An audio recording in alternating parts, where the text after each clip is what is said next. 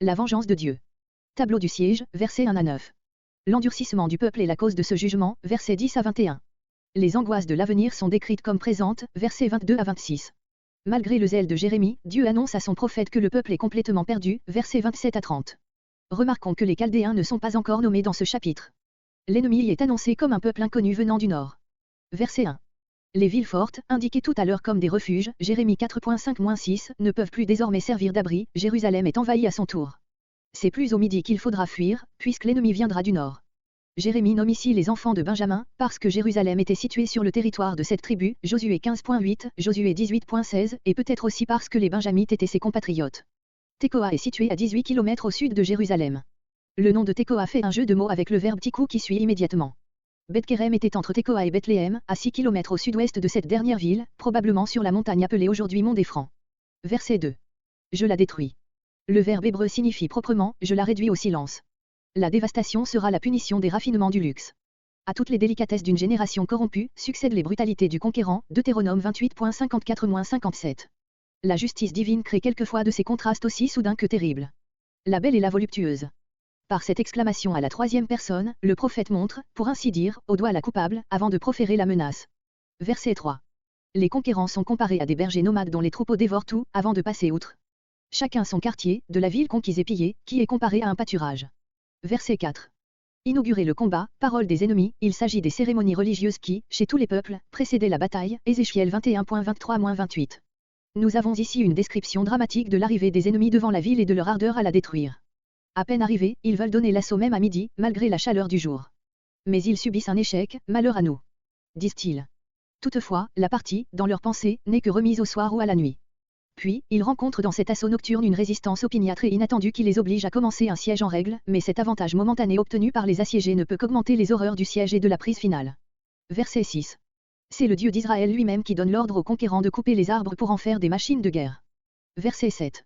D'autres traduisent, comme une citerne garde fraîche ses eaux, ainsi elle garde sa méchanceté toute fraîche.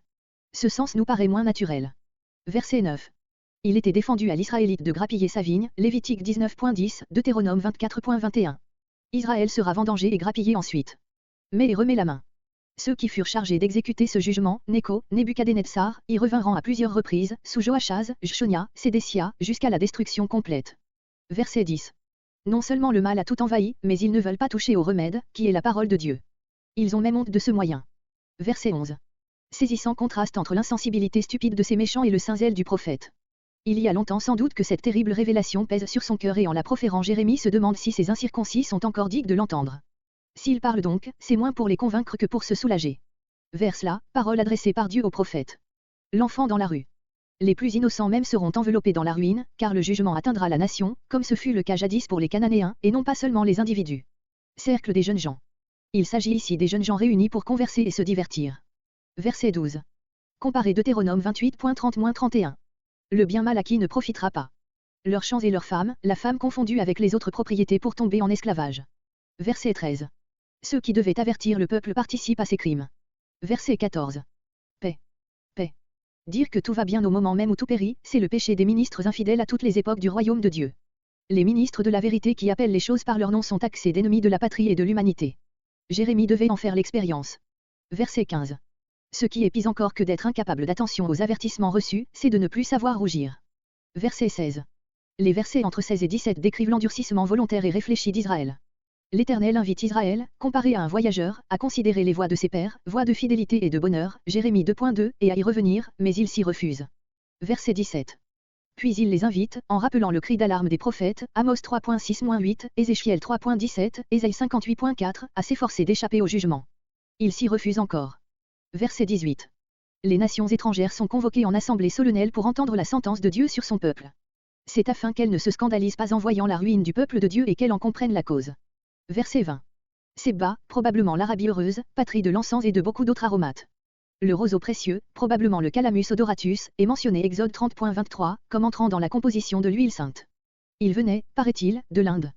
Jérémie condamne ici, comme déjà Ésaïe, chapitre 1, ceux qui prétendaient se justifier devant Dieu par leur zèle pour les cérémonies du culte, Jérémie 22.2 et suivant. Verset 21. C'est Dieu lui-même qui tendra des pièges aux Israélites, c'est-à-dire qui créera des situations où leur méchanceté, cachée encore sous ce vernis de formalisme, apparaîtra à découvert et dans toute sa laideur, pour être jugée et punie. Les pères et les fils, etc., les plus proches, au lieu de s'entraider, se perdront mutuellement. Verset 22. Les Babyloniens, ils seront un jour traités de la même manière, Jérémie 50.41-42. Verset 25. Recommandation adressée à la population de Jérusalem au temps du siège. Verset 26. Manifestation bruyante de la douleur, usitée en Orient. Roule-toi dans la cendre. On se couvrait la tête de cendres ou de poussière dans les grands chagrins, 2 Samuel 13.19, Job 2.8, ici, on fera plus encore, les dernières limites de la désolation seront atteintes. Verset 27. Le prophète est comparé à un essayeur de métaux chargé de juger de la valeur du minerai qu'il a sous les yeux, c'est-à-dire de Joud. Or Joud n'est plus que scorie. Verset 28. Rebelles entre les rebelles, rebelles au superlatif. Ils vont calomniant, allusion à Lévitique 19.16. Du cuivre et du fer, métaux de vil prix. Verset 29. Dans cette tentative d'épuration, le soufflet même est consumé et le plomb, que l'on joint au métal pour faciliter la fusion des scories, a été tout employé sans résultat. Il est donc tout à la fois inutile et impossible de faire de nouveaux essais. Quelques-uns trouvent dans le soufflet l'image du prophète qui se consume au travail. Mais le prophète est comparé à l'essayeur lui-même. Dans l'expression « les méchants ne se détachent pas », le prophète passe de l'image à la réalité, les méchants sont les scories.